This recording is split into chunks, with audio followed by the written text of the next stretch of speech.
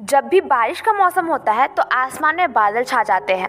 आपने नोटिस किया होगा कि बारिश होने से पहले आसमान में काले काले बादल नज़र आते हैं। जबकि बादलों में पानी होता है और पानी कलरलेस होता है, तो उसका रंग काला क्यों पड़ जाता है?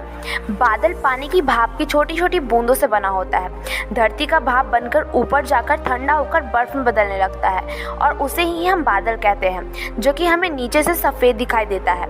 बादल हमें सफ़ेद इसलिए दिखाई देता है क्योंकि उसमें ज़्यादा मात्रा में पानी नहीं होता, जिसके कारण वो बहुत हल्का होता है और उसके अंदर सूर्य की रोशनी आसानी से आर पार हो जाती है और हमें सफ़ेद दिखाई देती है। यही कारण है कि वो हवा में उड़ता रहता है।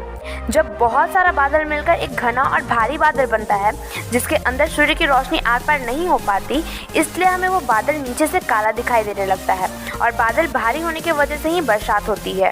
इसी तरह की और भी फैक्ट जानने के लिए हमारे चैनल को सब्सक्राइब ज़रूर करें।